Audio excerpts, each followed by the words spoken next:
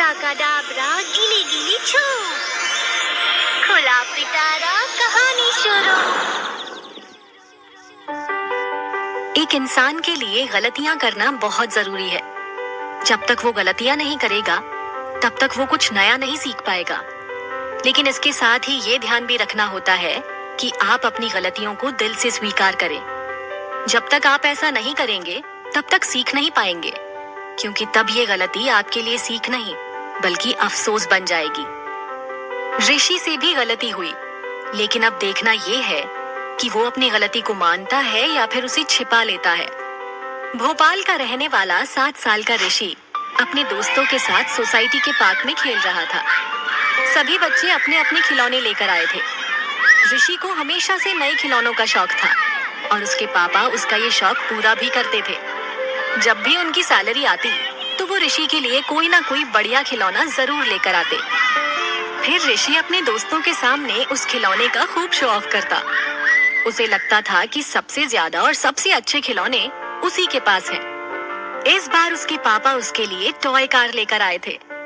ये चाबी वाली कार थी। चाबी भरने के बाद ये खूब तेज दौड़ती थी। सभी बच्चे उसकी इस कार की बहुत तारीफ कर रहे थे। ऋषि अपने दोस्त रोहन को ये कार दिखाना चाहता था। रोहन से उसकी बहुत अच्छी दोस्ती थी। कुछ दिनों से रोहन यहाँ नहीं था, वो अपनी नानी के घर गया हुआ था। 2 दिन बाद रोहन लौट आया। ऋषि को जब पता चला कि वो वापस आ गया है तो वो उसे अपनी कार दिखाने के लिए बेचैन होने लगा। स्कूल से लौटने के बाद वो सीधा पार्क जाना चाहता था, लेकिन मम्मी ने उसे रोक लिया और कहा बिना कुछ खाए वो बाहर नहीं जा सकता। इस चक्कर में उसे देर हो गई। उसके पार्क पहुंचने तक बाकी बच्चे भी वहां जमा हो चुके थे। सब इकट्ठे होकर कुछ देख रहे थे। ऋषि रोहन को ढूंढ रहा था, लेकिन वो उसे कहीं नहीं दिख रहा था। तभी उसने पार्क में एक लाल कार दौड़ते हुए देखी। वो कार इतनी सुंदर थी कि सभी बच्चे उसके पीछे भाग रहे थे। उस कार की लुक से भी ज्यादा कमाल बात ये थी कि वो चाबी वाली नहीं बल्कि रिमोट से चलने वाली कार थी। ऋषि सोच रहा था कि उसके अलावा नया खिलौना लाने वाला बच्चा कौन हो सकता है। तभी उसकी नजर अपने दोस्त रोहन पर पड़ी। उस लाल कार का रिमोट उसके ही हाथ में था। इसका मतलब था कि रोहन ही वो नई कार लेकर आया था। जब रोहन ने ऋषि को देखा तो वो उसके पास आया। उसने बताया कि ये कार उसके मामा जी ने गिफ्ट की है। वो इसे मुंबई से लेकर आए थे। रोहन ने ऋषि को वो कार चलाकर देखने के लिए कहा, लेकिन ऋषि ने मना कर दिया। वो बस उस कार को देखे जा रहा था। उससे ये बात बर्दाश्त नहीं हो रही थी कि कोई उससे भी अच्छा खिलौना लेकर आया था। सब बच्चे अब ऋषि को छोड़ रोहन के नए खिलौने की बात कर रहे थे। ऋषि वापस घर लौट आया। आज से पहले वो शाम होने से पहले पार्क से कभी नहीं लौटता था। कई बार तो मम्मी को उसे बुलाने जाना पड़ता था, लेकिन आज वो बिना कहे कुछ ही देर में वापस लौट आया था। मम्मी को भी ये बात अजीब लगी। वो उदास बैठा रहा। जब मम्मी ने उससे पूछा कि वो क्यों उदास है तो उसने पूरी बात बताई। मम्मी ने उसे समझाया कि उसे दूसरों को देखकर जलना नहीं चाहिए। उसके पापा तो उसे हमेशा नए खिलौने लाकर देते हैं। अगर उसके दोस्त उससे जलने लगे तो उसे कैसा लगेगा। मम्मी ने ऋषि को बहुत समझाया, लेकिन फिर भी वो रोहन की नई कार के बारे में ही सोचता रहा। वो कार उसकी आंखों में खटकने लगी थी। उसे अब वो हर हाल में चाहिए थी। अगले दिन ऋषि जब स्कूल से लौटा तो उसने देखा कि उसकी मम्मी रोहन के घर में ही है। वो रोहन की मम्मी से मिलने आई थी। उन्होंने ऋषि से कहा कि वो लोग थोड़ी देर में घर चलेंगे। रोहन घर पर नहीं था, वो ट्यूशन गया था, लेकिन उसकी कार उसके घर के हॉल के एक कोने में पड़ी हुई थी। ऋषि हॉल में अकेला ही था। जब उसकी नजर उस कार पर पड़ी तो उसका दिल खुश हो गया। वो किसी भी तरह उस कार को पाना चाहता था। उसे लगा कि ये कार भी उसे पसंद करती है, तभी तो उसे ऐसा मौका मिला है। उसके मन में अंदर ही अंदर लड़ाई चलने लगी। देख क्या रहा है ऋषि, ऐसा मौका फिर नहीं मिलेगा। ये कार तेरे लिए ही बनी है। कल तूने देखा नहीं, रोहन को तो सही से ये चलानी भी नहीं आ रही थी। ले चल इसे घर। नहीं नहीं ऋषि, ऐसा बिल्कुल मत करना। जानता है ना पापा ने क्या सिखाया है, चोरी करना बुरी बात है। तू पापा से कहकर नई कार मंगवा लेना, मगर इसे चुराना मत। उसके अंदर का बुरा वाला ऋषि उससे कहने लगा कि कुछ ही देर में उसकी मम्मी आ जाएगी, फिर उसे मौका नहीं मिलेगा। उसने अगर कार नहीं ली तो वो पछताता रहेगा। उसने कहा कि भले पापा उसे नई कार लाकर दे, लेकिन क्या गारंटी है कि वो इतनी ही अच्छी होगी। ये कार सिर्फ उसके लिए बनी है। उसने अगर इसे नहीं उठाया तो सब बच्चे रोहन के आगे पीछे भागेंगे। उसे कोई पूछेगा भी नहीं। बहुत देर सोचने के बाद ऋषि ने कार उठाकर अपने स्कूल बैग में रख ली। किसी ने उसे ऐसा करते हुए नहीं देखा। थोड़ी देर बाद वो मम्मी के साथ घर लौट आया।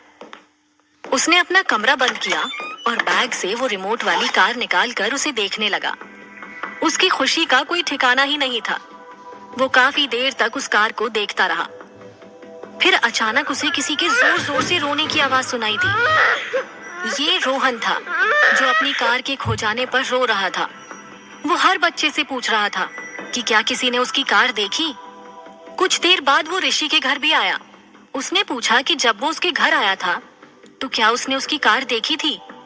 ऋषि इसके लिए पहले से ही तैयार था। उसने पूरे कॉन्फिडेंस से कहा कि तब उसकी कार वहीं उसके हॉल में एक कोने में पड़ी हुई थी। रोहन उसकी बात सच मानकर चला गया। अपनी कार के लिए रोहन को रोता देख ऋषि को भी बुरा लगने लगा। उसे एहसास हो रहा था कि उसने कार चुराकर सही नहीं किया। बहुत देर सोचने के बाद उसने फैसला किया कि कल वो उस कार को वैसे ही रोहन के घर रखाएगा जैसे उसने वहां से उठाई थी। उसने तय किया कि जब तक कार उसके पास है तब तक वो उससे खेल लेगा। यही सोचकर वो कार से खेलने लगा। उसे बहुत अच्छा लग रहा था, लेकिन तभी उसकी कार की स्पीड ज्यादा ही बढ़ गई, जिसे वो रिमोट से कंट्रोल नहीं कर सका। कार तेजी से दीवार में जा टकराई और उसका एक टायर निकल गया। कार टूट गई थी। वो अब चल नहीं रही थी। ये देख ऋषि बहुत डर गया। वो सोचने लगा कि अब वो कार कैसे वापस करेगा। उसने कार को अपने बिस्तर के नीचे छिपा दिया। वो इतना डर गया था कि खाना खाए बिना ही सो गया। अगले दिन उसने देखा कि रोहन अभी भी अपनी कार के बारे में सब बच्चों से पूछ रहा था। ऋषि अब इतना शर्मिंदा था कि वो रोहन का सामना करने से भी डर रहा था। स्कूल से आने के बाद से ही वो उदास और डरा हुआ था। ऑफिस से लौटने के बाद ऋषि के पापा को जब उसकी मम्मी से पता चला कि वो उदास है, तो उसके पापा उसके कमरे में गए। उन्होंने उससे उसकी उदासी की वजह पूछी। वो अपने पापा से कभी कुछ नहीं छिपाता था। उसने उन्हें सारी बात बता दी और रोने लगा। पापा, मुझसे गलती हो गई पापा। मैं रोहन की कार लौटाने वाला था, लेकिन अब वो टूट गई। मुझे बहुत बुरा लग रहा है पापा। क्या तुमने पहली ही बार में मैथ्स के सम सॉल्व कर लिए थे? नहीं ना? पहले तुमने गलत किया होगा, फिर टीचर ने तुम्हें तुम्हारी गलती बताकर उसे सॉल्व करने का तरीका समझाया होगा। उसके बाद से तुम आसानी से सारे सम सॉल्व करने लगे। तो गलती करना कोई बहुत बड़ा क्राइम नहीं है ऋषि। गलतियों से ही तो हम सीखते हैं। तुम ब्रेव हो, इसीलिए तुमने अपनी गलती मान ली। अब तुम रोहन के पास जाओगे और उसे ये कार लौटाकर अपनी गलती मानोगे। देखना, वो तुम्हें माफ कर देगा। ऋषि ने पापा की बात मानी और हिम्मत जुटाकर रोहन के घर चला गया। उसने अपने बैग से कार निकालते हुए रोहन से कहा, रोहन, तेरी कार मैंने ही ली थी। मुझे ये इतनी पसंद आई कि मैंने इसे चुरा लिया, मगर अब मुझे बहुत बुरा लग रहा है। मुझसे इसका एक टायर भी निकल गया। मैं अपनी पॉकेट मनी जमा करके तुझे ऐसे ही नई कार गिफ्ट कर दूंगा। मुझे माफ कर दे रोहन। रोहन गुस्से से ऋषि को देख रहा था।